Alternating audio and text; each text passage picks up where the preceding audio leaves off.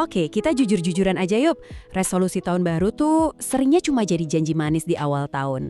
Kita semua tahu lah siklusnya, semangatnya kan menggebu-gebu banget di bulan Januari, tahu-tahu udah nguap aja gitu pas Februari.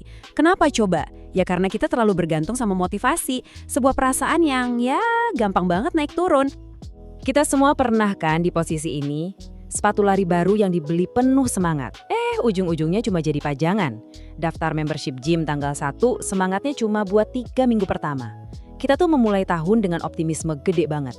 Yakin kali ini pasti beda. Tapi ya kenyataannya seringkali nggak seindah itu. Dan ini bukan cuma perasaan kamu dongang loh. Data nunjukin kalau lebih dari 80% resolusi tahun baru itu gagal. Seringnya bahkan sebelum Februari kelar. Nah yang menarik tuh ini, masalahnya bukan karena kita kurang niat atau kita lemah, tapi strateginya yang salah. Kita bertaruh sama motivasi yang sifatnya emang kayak ombak, pasang surut. Jadi, gimana kalau tahun 2026 ini kita coba sesuatu yang benar-benar beda? Sesuatu yang udah teruji ribuan tahun. Nah, di pembahasan kali ini, kita bakal belajar buat nuker motivasi yang rapuh itu dengan disiplin yang kokoh, yang terinspirasi dari para filsuf stoik kuno. Kita nggak akan bikin resolusi, kita akan bangun sebuah sistem. Oke, sekarang kita masuk ke fondasinya. Sebelum kita bangun kebiasaan apapun, landasannya harus kuat dulu kan? Nah, dalam stoicisme, fondasinya itu satu prinsip yang luar biasa kuat. Namanya dikotomi kendali. Inilah kunci buat membuka ketenangan batin dan ya, disiplin yang sejati. Filsuf stoik, Epictetus, ngerangkumnya sesimpel ini. Kedengerannya sepele banget ya, tapi coba deh renungin sebentar. Sebagian besar rasa cemas, frustrasi, dan penderitaan kita tuh datang dari usaha kita buat ngontrol hal-hal yang sebetulnya sama sekali di luar kendali kita. Kita marah bukan karena macetnya, tapi karena kita mikir, duh kenapa sih harus macet? Nah, di sini kelihatan jelas banget, kita nggak bisa ngendaliin macet, cuaca, apalagi omongan orang lain. Tapi kita punya kendali 100% atas respons kita, pikiran kita, dan yang paling penting, tindakan kita.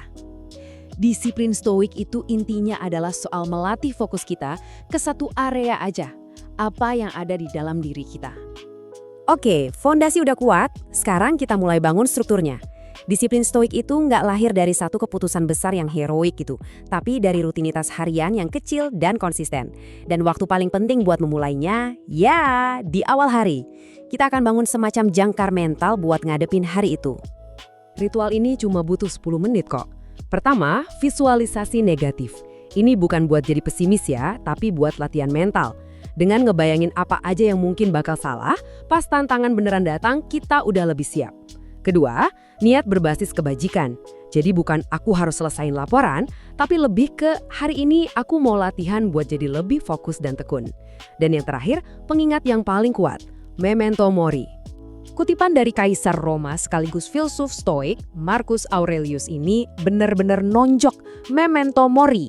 Ingat kalau kita semua akan mati, itu bukan buat bikin sedih. Justru sebaliknya, ini motivator paling ampuh buat berhenti nunda-nunda hal penting dan berhenti khawatir soal hal-hal sepele. Ini kayak saringan yang misahin mana yang beneran berarti, mana yang cuma noise saja. Kalau ritual pagi itu ibarat kita nyetel kompas buat hari itu, nah refleksi malam ini adalah waktu kita ngecek peta perjalanan yang udah kita lewatin. Disiplin kan nggak bakal tumbuh tanpa evaluasi. Ini semacam proses audit yang jujur sama diri sendiri, tapi tanpa ngejat keras-keras. Tujuannya supaya kita terus belajar dan bertumbuh. Pertanyaan pertama di jurnal kita selalu dimulai dari sini. Penting banget buat ngakuin kemenangan-kemenangan kecil. Mungkin kamu berhasil sabar pas ngadepin rekan kerja yang nyebelin, atau berhasil nahan diri buat nggak nunda kerjaan. Nah, nyatet hal-hal kayak gini tuh ngebangun momentum dan rasa percaya diri buat besok. Coba perhatiin pilihan katanya. Bukan apa kesalahanku, tapi di mana aku bisa berbuat lebih baik. Pertanyaan ini fokusnya ke pertumbuhan, bukan penyesalan. Mungkin tadi kamu kepancing emosi di jalan. Tulis aja, terus pikirin gimana caranya lain kali bisa merespon lebih bijak.